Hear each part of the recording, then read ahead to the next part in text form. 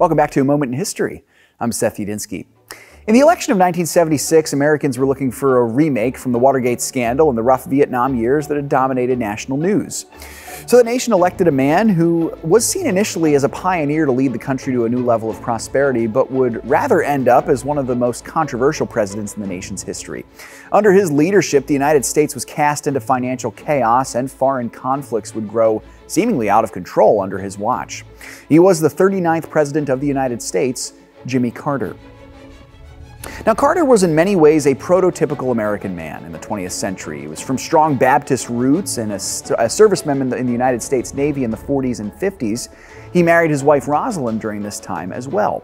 Now, during the Kennedy administration, Carter first entered the political space, and in 1970, he was elevated to the national scene, where he became governor of Georgia.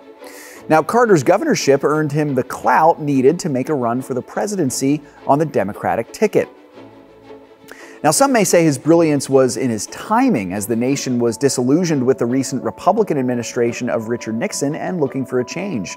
Carter ran against Nixon's replacement, Gerry Ford, and won the 1976 election. Although the optimism was high for Carter's presidency, much of his administration was doomed by economic woes in the country, and this, of course, was increased inflation rates, among other things. Now, Carter was not able to connect with many Americans either, and as a result, his popularity plummeted.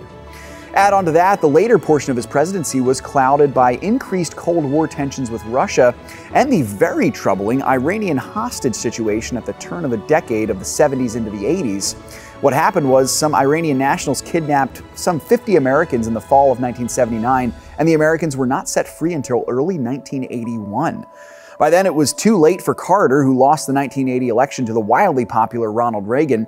Now, Carter's been much maligned in his years since his presidency, especially compared to the prosperous years that followed under Reagan. He did, however, win a Nobel Peace Prize in the year 2002. Thanks so much for joining me once again for A Moment in History.